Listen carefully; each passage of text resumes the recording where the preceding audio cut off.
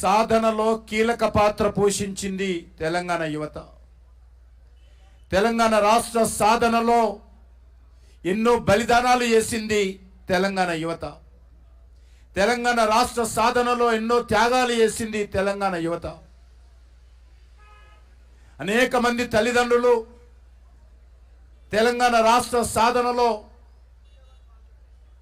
మరి ఆత్మ బలిదానం చేసుకుంటే ఆ తల్లిదండ్రులు అన్నారు చాలామంది, నా కొడుకు పైన నా బిడ్డ పైన తెలంగాణ బిడ్డల కన్నా తెలంగాణ రాష్ట్రం వచ్చిన తర్వాత మేలు జరుగుతుంది అనేటువంటి మాటలు అనేక మంది మాట్లాడేవారు. అనేక మంది కాలిన గాయాలతో తెలంగాణ ఉద్యమ సమయంలో ఆసుపత్రులలో చావు బతుకుల్లో ఉన్నప్పుడు మేము ఆ తెలంగాణ యువత దగ్గరికి వెళ్తే మేము కన్ననీళ్లు పెట్టుకుంటుంటే చావు బతుకుల్లో ఉన్నటువంటి ఆ యొక్క నిరుద్యోగ యువత, ఆ యొక్క తెలంగాణ ఆందోళనకారుడు, అన్నా నేను చస్తున్నాను, నువ్వు కన్ననీళ్లు పెట్టుకోకూడదు, నేను చనిపోయినా కూడా తెలంగాణ వస్తే నా తెలంగాణలో ఉన్నటువంటి లక్షలాది మంది యువతకు లాభం జరుగుతుందన్నా, కాబట్టి కళ్ళనీళ్లు పెట్టొద్దన్నా అనేటువంటి మాటలు ఇప్పటికీ మన కళ్ళల్లో తిరుగుతున్నటువంటి విషయాలు మనం చూస్తూ ఉన్నాం. లక్షలాది మంది యువకులు విద్యా సంస్థలను వదిలేశారు, చదువును వదిలేశారు, తల్లిదండ్రులను వదిలేశారు. తెలంగాణ రాష్ట్ర సాధనలో ఆ రోజు పోరాటాలు చేశారు. సుమారు 1500 మంది ఆ రోజు తెలంగాణ బిడ్డలు ఏ రకంగా ఆత్మ బలిదానం చేసుకున్నారో మనకు తెలుసు. దేనికోసమో మన తెలంగాణ వస్తే మన తెలంగాణ అభివృద్ధి జరుగుతుంది, మన తెలంగాణకు మేలు జరుగుతుంది, నా తెలంగాణ బిడ్డలకు ఉద్యోగాలు వస్తాయి, మా అన్నలకు తమ్ముళ్ళకు అని చెప్పి ఆ రోజు బలిదానం అయ్యారు. వారు బలిదానం అయ్యే కాదు, ఈ తెలంగాణ సమాజం అంతా కూడా సకల జనుల సమ్మెతో ఆ రోజు పోరాటం చేశారు. చివరకు గల్లీ నుంచి ఢిల్లీ వరకు భారతీయ జనతా పార్టీ కూడా నిరంతరమైనటువంటి పోరాటం చేసి తెలంగాణ సాధనలో కీలక పాత్ర పోషించింది. ఉస్మానియా యూనివర్సిటీలో ఆ రోజు విద్యార్థులు ఆందోళన చేస్తూ ఉంటే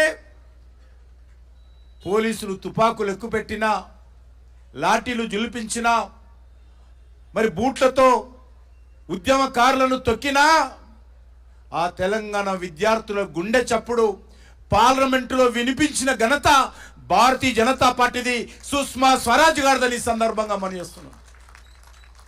సుష్మా స్వరాజ్ గారు పార్లమెంటులోనే కాదు, తెలంగాణ అన్ని జిల్లాలలో పర్యటించి, ఓ తెలంగాణ ప్రజలారా, ఓ తెలంగాణ విద్యార్థి యువకులారా, మీరు పోరాటం చేయండి, మీకు అండగా నేను ఉన్నానని చెప్పి ఆ రోజు ఒక తల్లిగా, ఒక అమ్మగా, మరి ఒక మాతృమూర్తిగా ఆ రోజు తెలంగాణ సమాజానికి మరి సుష్మా స్వరాజ్ గారు భారతీయ జనతా పార్టీ అండగా నిలబడి 160 మంది ఎంపీలు తెలంగాణకు అనుకూలంగా ఓటు వేసి తెలంగాణ సాధనలో బీజేపీ కీలక పాత్ర పోషించింది.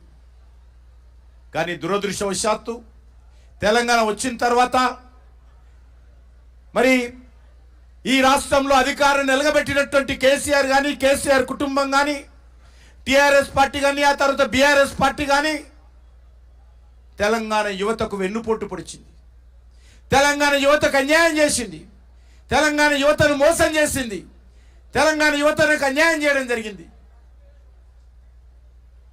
దురదృష్టం ఏంటంటే ఒక లెక్చరర్ పోస్టు భర్తీ చేయలే, ఒక టీచర్ పోస్టు భర్తీ చేయలే. ఆ రోజు తెలంగాణ యువతను అనేక రకాలుగా వేధించి అవమానాలకు గురి చేయడం జరిగింది. ఇదే ధర్నా చౌక్లో తెలంగాణ ఉద్యమంలో అనేక ఉద్యమాలు చేసి మరి ఈ ప్రభుత్వం మీద ఒత్తిడి చేసినటువంటి చరిత్ర తెలంగాణ ఉద్యమకారులది. కానీ కేసీఆర్ అధికారంలో రాగానే ఈ ధర్నా చౌక్లో ఉద్యమాలు చేయొద్దని చెప్పి నిషేధం పెట్టినటువంటి గనుడు కేసీఆర్.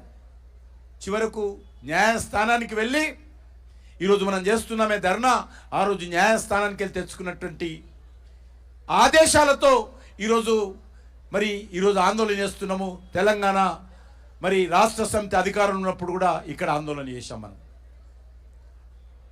మరి ఈరోజు కాంగ్రెస్ పార్టీ అధికారంలోకి వచ్చింది.